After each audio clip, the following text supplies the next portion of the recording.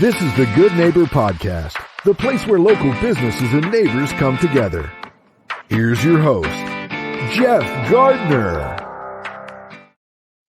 Welcome to another episode of the Good Neighbor Podcast. Today we have two good neighbors on the show, Peter Raco and David Zbar with the Simcoe County Rovers Football Club. Gentlemen, welcome to the show. Thanks for having us, Jeff. Yeah, thanks for having us, Jeff. Yeah, I'm looking forward to it. Some of our audience, probably a large portion of us, knows that we have a bunch of magazines out there, Midhurst being one of them. And we know that you guys have been contributors to the sports articles, which we greatly appreciate, to help those Midhurst neighbors know what's going on in their local community sports-wise. But for the people that don't know, what is it you guys do? Tell us a little bit about your business. Absolutely. And again, Jeff, thanks for having us on. We're always looking forward to these opportunities to connect with people in the local community. Absolutely, man. Yeah, the Simcoe County Rovers are a semi-professional football team operating out of Simcoe County. Obviously, our home base is in Barrie at Georgian College. But really what we're focused on doing is offering really a full player pathway for the youth in Simcoe County and Barrie and the surrounding Huronia district. So we have a women's team operating in League1 Premier Women's League. It's actually the highest level of senior football on the women's side of the game in Canada. And then we have a men's team, again, operating the League1 Pyramid in the Premier League. We were fortunate enough to win the championship this past season in 2023 in only our second year, something that just really hasn't happened much. And this year we're excited to announce that we're actually adding two new reserve teams, so totaling up our reserve team to four out of Simcoe County. So the Rovers have 6 teams now in the League1 platform, which is one of the largest in Ontario. And again, just focusing on building those networks and collaborating in the community here. Beautiful. And tell us what League1 means. Sure. So the Canadian soccer pyramid is kind of tranched, where you have your MLS at the highest level. Below that, you have Canadian Premier League. And then following that, we have League1 Canada and League1 Ontario within. So very similar to maybe a lot would be familiar with the CHL model, where you have the Ontario Hockey League, the Western Hockey League, and of course the Quebec Major Junior League. Similarly, in soccer, there's a platform, League1 Canada, and within that you have League1 Ontario, League1 BC, in Quebec. So we have these different regional Division 3 leagues. Beautiful. Now, there's a couple of questions. Actually, before I get into that, did you say full path for men's and women soccer? Is that the word you used? Yeah.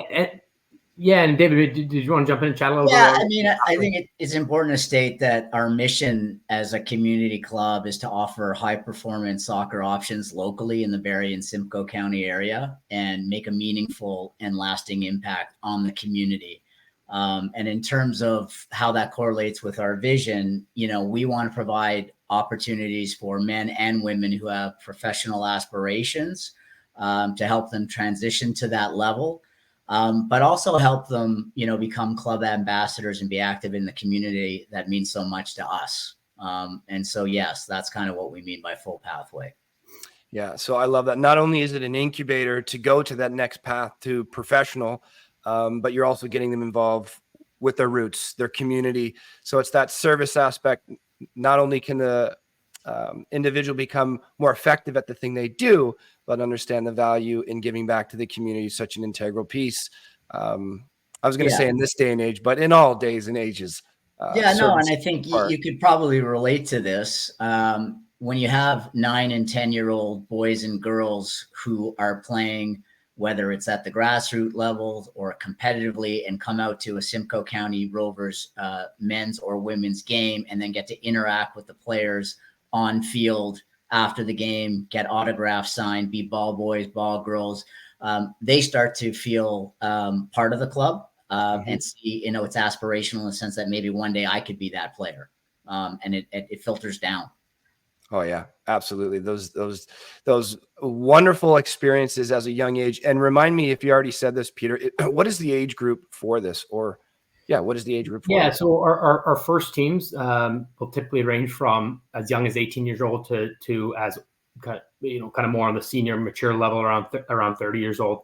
It is senior team football. There's a focus on development for sure, similar to the OHL and that development model. But yeah, we do have a kind of a range of age. I'd say the average age for the men's team is going to be around 23 years old. Average age for the women's team is a little bit younger than that. Okay.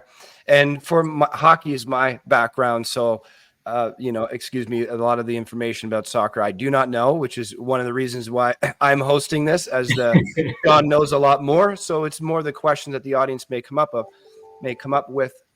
What is the average age if you were to go pro? When do people start going pro? I mean, in hockey, sometimes they go as young as 18. What is the age for professional soccer? Yeah, I think it really varies on the athlete, of course. We had a 16-year-old on our team last year. He was in a pay-to-play model previously, came to the Rovers, got first team exposure on a really great competitive level and an amazing platform in League1 Ontario. That player is now going on to sign a fully professional deal. Now, North America, kind of unlike Europe, they have a very college-minded pathway to professional. So a lot of the players in the MLS and the CPL do come from the college ranks. So that kind of average age gets pushed out to kind of your post-college 22 years old. But players do break out. Keepers, for example, they have a longer career trajectory or timeline where they can go pro up until their late 20s. So it really does range. We like to see players get into professional environments, before they hit 25 for sure. 23 is really a great age to start transitioning into the professional environments. But, what we're trying to offer here at Simcoe County is a professional environment locally, where that transition becomes all that easier for these players when they do get the opportunity. We've had a number of girls go to Europe, go to Mexico in Liga MX, and also national team call-ups. And providing that good environment locally is making that transition easier, and I guess the probability of sticking as a professional more likely. Yeah, I love it. And there's a few questions that we really like diving into. I mean, all the questions are important to get to know you guys and what you stand for, but there's a few really integral ones, and this is one of them coming up. We like to ask, the why. What's the story behind things? I find human beings fascinating, and I find our stories to be one of the most fascinating parts about human beings, why we do what we do. So we like to ask the guests on the show, like, what's the story behind you guys being a part of this club, wanting to give back through sports, wanting to help cultivate these younger adults' lives and set them on this path? Why do it? P, why don't you start with the back story and I'll jump in after that? Yeah, absolutely. So, this project came together, Julian de Guzman and myself, along with Will DeVillis and Barrie Soccer Club. And really what we wanted to do is to develop a community club the right way and something that had almost no strings attached from a youth obligation perspective in terms of existing affiliations and existing kind of agendas. From a financial component, our program, no one pays to play in our program. It's completely self-funded, but have the ability to bring kind of the leaders of Canada soccer in the our other corners, Atiba Hutchinson, a former captain of the national team, Kyle Lair and Janine Becky, current active national team players, Danielle Henry, another one, but bring these groups together and try to build something the right way in a community that's kind of a blank canvas in a lot of ways, where Barrie and Simcoe County, we've never had a high performance football or soccer team for either male or female side. So we thought, this could be a very unique opportunity where we could showcase to the Canadian landscape how it can be done in taking elements of our experiences throughout the world. Oh, sorry, David. Yeah. No, I think that's exactly right. I think, I was introduced to Julian and Peter through one of our co-investors and was happy to jump on board. I mean, for me personally, I grew up playing the game competitively in a time where there weren't many places for aspiring pros to go. And the opportunity to give back to the club and a community and put players on the right path. Pete mentioned doing it the right way. I think we are one of the clubs in League One and in Canada doing things the right way with a professional standard, Even though we are not a professional team, we provide the environment for players to make them understand what it takes, and also being good people in the community. And I can't state that enough, because Barrie is in many ways a blank canvas for soccer.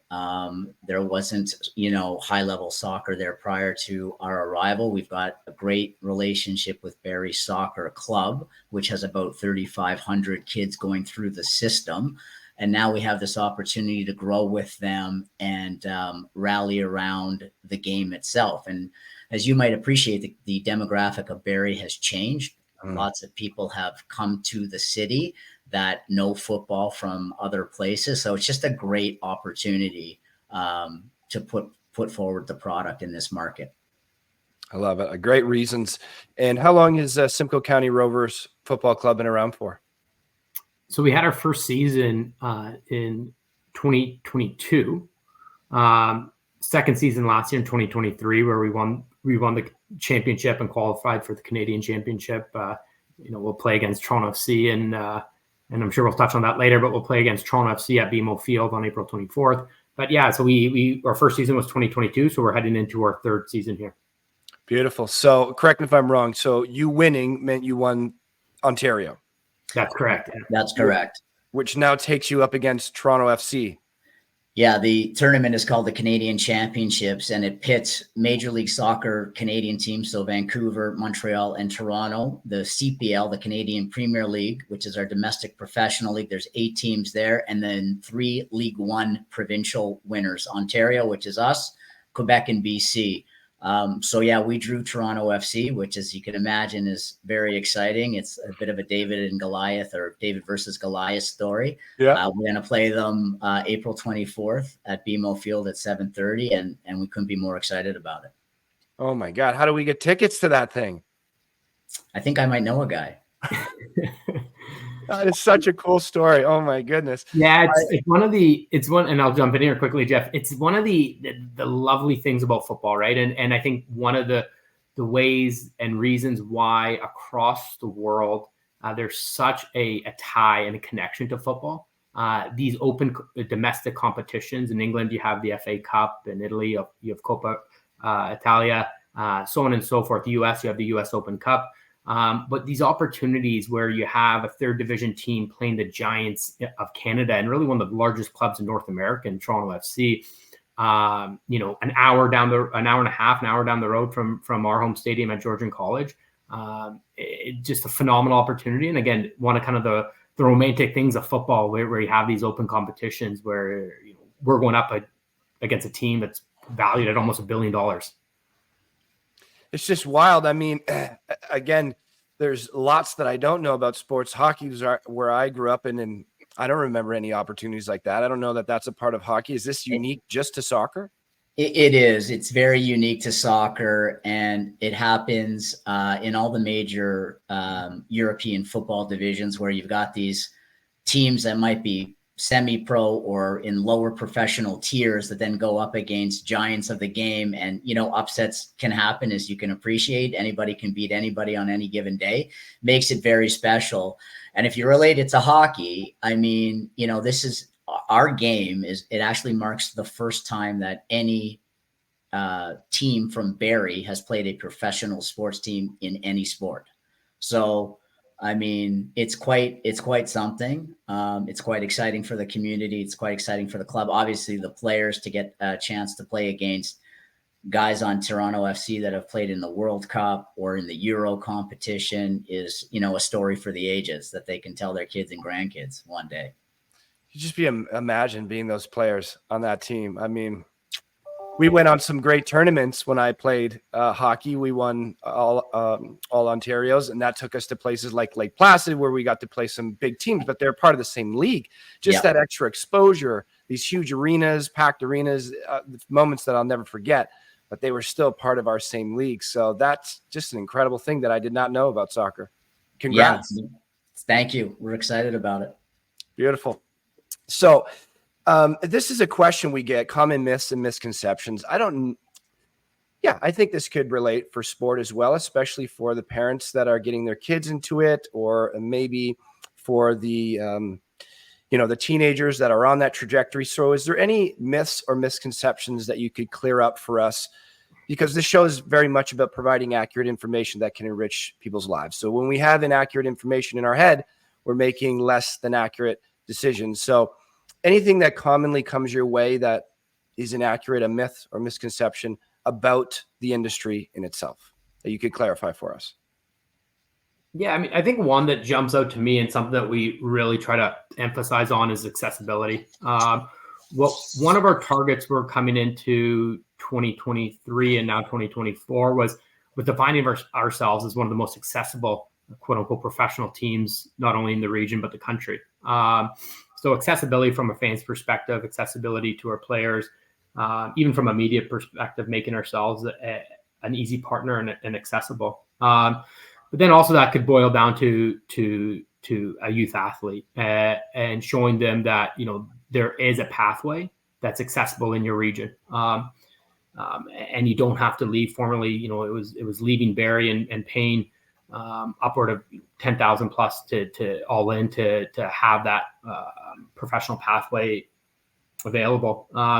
So one thing that we're really trying to change the narrative around is not only professionalism and accessibility in the area, but also for that pathway, that youth pathway.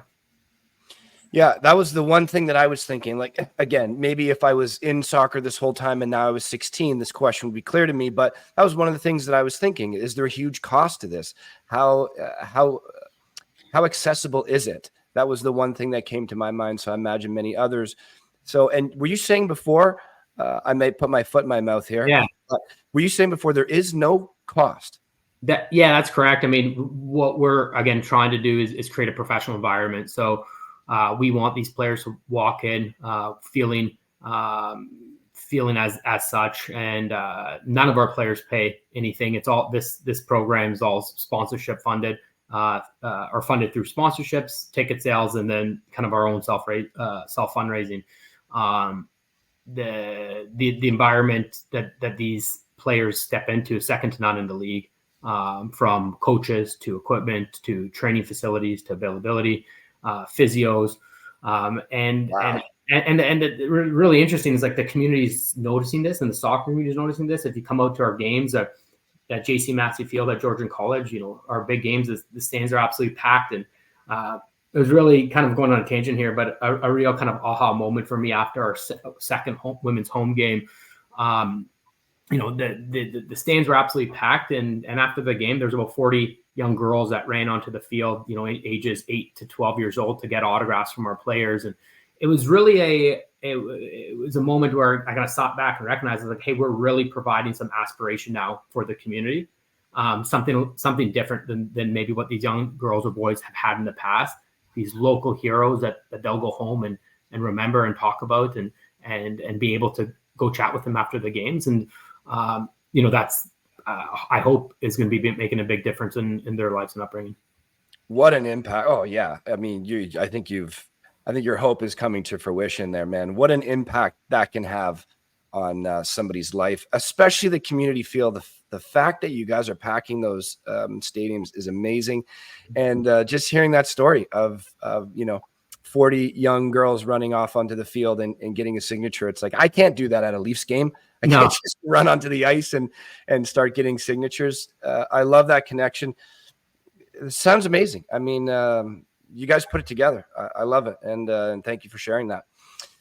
Now, outside of business, everybody that we have on the show is an entrepreneur in some sense. So when I ask this question, what do you do for fun? We love our business. It is often our purpose, and we find ourselves working a lot more than playing. But outside of the business, when the business hours are closed, what do you guys get up to for fun? David, you were talking to me about some rock books prior to in the pre-show. So what do you guys do when you're not working? Yeah, I mean, for me, the Simcoe County Rovers is the fun. And by day, I'm running a marketing agency. I started my career in the business world in sports marketing at Rogers in sponsorship. So an area, familiar to me for sure. But when I'm not doing the fun thing or I'm working, I'm certainly still trying to play soccer whenever I can. I've got 2 daughters. One of them plays competitively, so I'm certainly taking her to her practices and her games. And then, yes, I'm definitely a music guy. Enjoy going to concerts for sure, and spending time with family and friends. Absolutely. Beautiful, man. I love it. And I did not know about the marketing agency. I may have to pick your brain a little bit about that. Sure. Another time. Happy to chat. How about you, Peter? What do you get up to, man, when you're not building this dream for our community here? You know, from a timing perspective, after the Rovers and after my kind of day-to-day other obligations, that not much time for too much activities. But no, I'm an avid swimmer. I like to swim a lot, cycle, play soccer. I'm still playing men's league soccer a couple times a week, and you know, that component is big in my life, kind of the health and wellness. And yeah, so nothing too elaborate or fancy there, but you know, I like to focus on things I love, right? And football being one of them, for sure. So I just want to point out that both of you guys are working full time and then doing this. Is that what I just heard? Yeah. Amazing. Yeah. No, this is a labor of love. And I tell Peter this all the time. I think we joke around about it between ourselves, because I think we're putting a lot more time in than we ever thought, but then you don't even think twice about it because you're having so much fun. And it's such a good reason to give back to a game that I think we both love so much. And again, I can't stress enough the impact that we'd like to have and have had in the community. We're excited about to see the reaction of the fans, the community, the mayor. We've got a lot of, you know, positives going, and we want to continue to build on it, and especially creating that pathway for players. So it's an exciting time for us. Yeah, I love it. And I just wanted to point that out because maybe somebody thought that you guys were doing this full time, that this was the work, but this is the passion. And it's interesting. I've been very lucky to have some great mentors in my life. And one of them told me it's not the amount of hours that you're doing the thing. It's if you dig it or not. There are people out there working 80, 90, 100-hour weeks that have no problem with it. There is no burnout because they just enjoy what they do. And if you enjoy what you do more of it. And then there's people that work 30 hours a week that are feeling uber stressed because they're just not digging what they do. So I love that you guys mentioned that. And kudos to you for doing all that you do. And thank you for giving back so much to the community. It means a great deal. I appreciate it. Yeah, I know. So, after the fun stuff, we get into the hard stuff. And this is, I think, one of the most important questions on the show. We talk about hardships, trials, and tribulations. And the reason why we put so much emphasis on this question, why we shine a bright light on our challenging times, is because when you look at the places that most people are going to consume information from, you got the news, it's salacious, it's extremely negative. In most cases, they're not pumping out positive news all day. They believe that it doesn't get eyeballs. So it's more the salacious stuff. Then you go on social media and it's perfection. You've got perfect bodies, you got the cars. You know, it's just, it's on either side, it's not real completely. It's not a true representation of reality.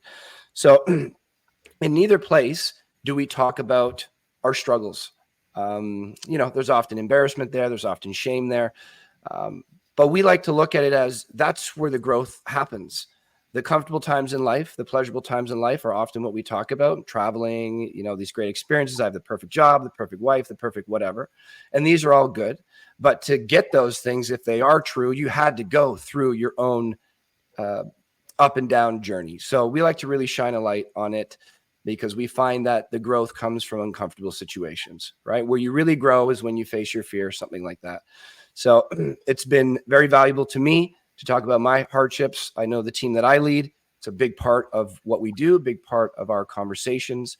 I do addictions counseling on the weekend at a great place called Cornerstone Recovery in Barrie and Newmarket. And that's all our conversations are about, is those deep, meaningful conversations, how we get through our obstacles and find out what we're capable of.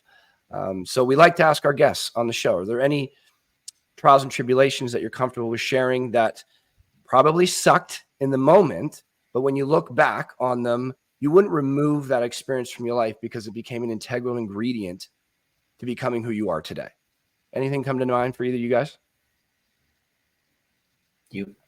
Yeah, I mean, I think, you know, one thing that I continuously remind myself is not necessarily around a particular instance, but more so around kind of that day-to-day grind and how I wake up in the morning to face that. Because I think, that for me, on a continuous basis has been, I would say, much more of a challenge than a specific moment of time or instance.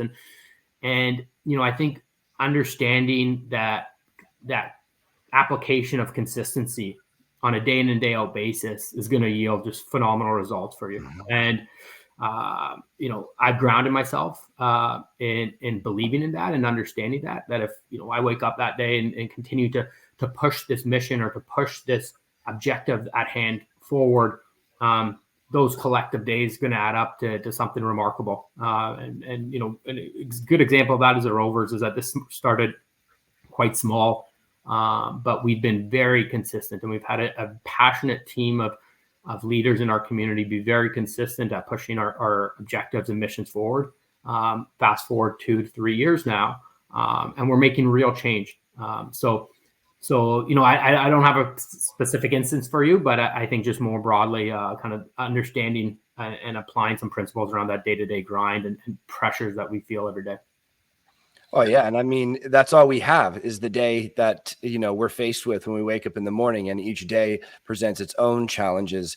So I think that's a great example. And, while you were saying that to me, it just popping into my head that, when you have a strong enough vision for the right reasons, even those shitty moments, it's very motivating. And I also like that, when you have a strong enough why, the how becomes easy. Yes. It seems like you guys have a very strong why for doing this. And it's no wonder that you are putting in so many hours into full-time work and then helping these athletes, making a, top tier experience for them to set them on the trajectory. You really are having a great impact. So I appreciate that. And I think that's a great example for all of us, because all we have is that day. Yes. And just tackling that day rooted in your mission or your purpose, I think is a great way to look at it. David, anything come to mind for you? Yeah, I mean, I think, I'm not sure about a specific incident or life stage, but what I will say, because I think your podcast targets a lot of small business owners, is that, I started my career very much in the corporate world and all the trappings that come with it, and decided that I'd much rather would be entrepreneurial in a mid-sized sort of environment. And I joined the agency world and started my journey there, which culminated, or, has not finished by far, but has sort of bought and sold agencies. But I understand, I think, the grind of small business owners trying to differentiate themselves, stand out in a cluttered environment, and what has to be done on a day-to-day level to succeed. And I think I would just offer up, don't ever stop. There's going to be good days and there's going to be bad days. But if you believe in what your product or your service is, you'll find a way to make it work. And that's what business is all about. Yeah. You can't fail if you don't quit. Right. Exactly. That's one of our slogans. Yeah. I love it, gentlemen. Thank you for sharing those stories with us, and some good rules of thumb to live by. I'm hearing a lot about mission and purpose and taking your own direction in life. David, for you, going from corporate world to entrepreneurial, that's definitely taking your own direction and having agency over your own life, which we love. What is one thing you wish the listeners knew about Simcoe County Rovers Football Club? Go for it, Peter. I think we're a group that is hyper focused on serving the community, and from our principles of developing players to winning championships to providing a fun game day experience. We want this to be a fun journey for all, I'll call it all sporting fans in the area. Something that's accessible for families, and it's a nice local alternative. Yeah, and I think I would just add that, we have set ourselves, high goals, and in terms of what the club can achieve. And we're excited about the community support and continuing to grow the game that we both love so much in Barrie, with our partners, our fans, our sponsors, and the community. Yeah, beautiful.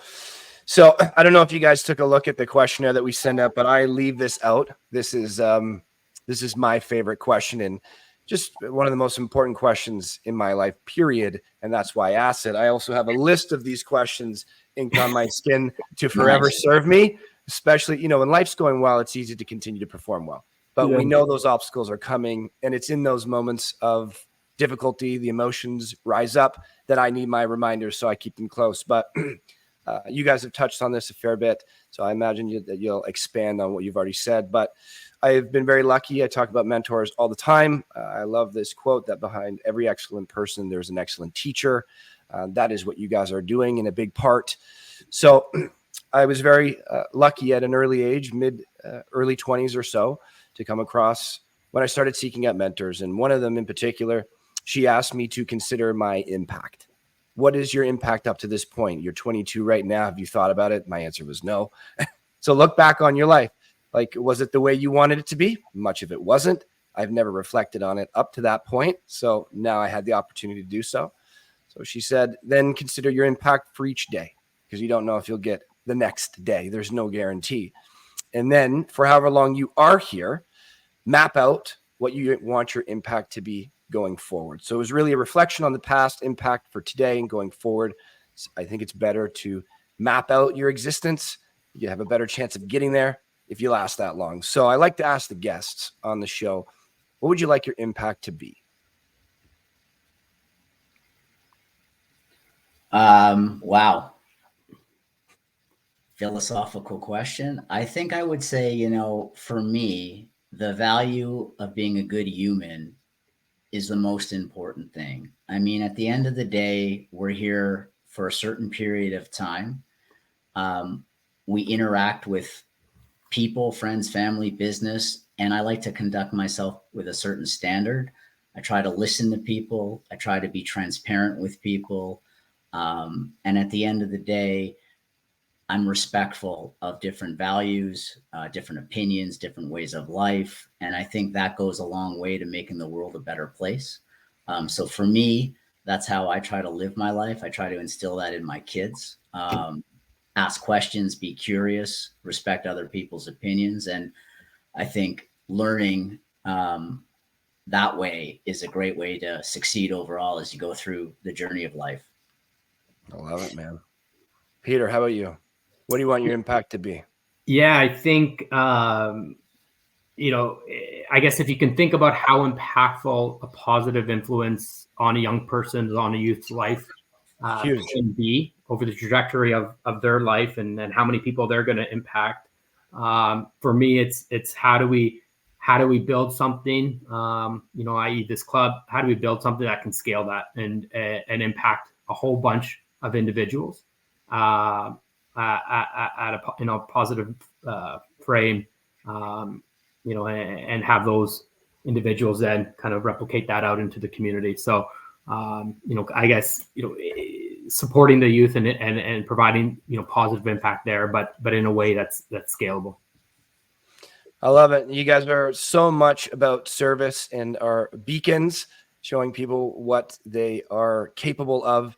And then you produce this incredible incubator for people to really excel, rather than just showing people how to be good people, but you put a program together that is not only fun, but that puts together team camaraderie, teaches people how to deal with losing, teaches people how to deal with winning, challenging each other with their own personalities. I love it. I was talking to David before you popped on, Peter. Sports have had a huge impact on my life, no question. And the older I get, the more I realize how impactful they were when I compare to other colleagues of mine or friends that didn't have that sport upbringing. It's an incredible place to learn to deal with uncomfortable things in a very fun way. We often think that uncomfortable things just are uncomfortable and don't feel well, but there is many uncomfortable situations in sport that I had to face, but it was this really fun, competitive environment that I learned so much about myself. So I love what you guys stand for. I think what you're doing is fantastic. Congrats on all the success and that it's been so it's been such an early journey, and you're already seeing such success. So wish you guys all the best going forward. Before we head out, how can people find out about you? What's the best way to connect? Yeah, absolutely. So we're on all the social medias, Instagram, Facebook, X. You can find us on roversfc.ca. As we've kind of alluded throughout this conversation, we are playing Toronto FC at BMO Field on April 24th. Stay tuned on our socials for a promo code, a special Barrie Simcoe County area exclusive supporter section for all the Rovers family, friends, and supporters. And our home opener is at Georgian College on May 4th. So double header. That's a double header with, both our women's and men's teams are going to be playing. So we'd love to invite you guys out. And Jeff, you and your family and team, we'd love to have you guys out as well. Absolutely, man. I'm definitely not going to miss you guys against Toronto FC. That'd be fantastic. I know Sean's going to bring his people to that as well. But you guys have been fantastic. I mean, I'm biased because I love sports so much. And thank you for teaching me so much about soccer, something that I don't know a whole lot about. It wasn't until Ted Lasso. I don't know if you guys saw the show. It's really like my rule book for life. He's phenomenal. Then now that I'm into soccer a bit more, every time I have a hard day, I turn that show on. He does seem to have all the answers, no matter how many philosophical books I get into. Ted's got the answers. But no, you guys taught me a ton about it today. And just to hear your commitment to the community is amazing. So very privileged to have you guys on the show. Thanks for coming on. Thanks for having us, Jeff. Thanks, Jeff. Thank you for listening to the Good Neighbor Podcast Midhurst. To nominate your favorite local businesses to be featured on the show, go to gnpmidhurst.com. That's gnpmidhurst.com or call 705-413-3775.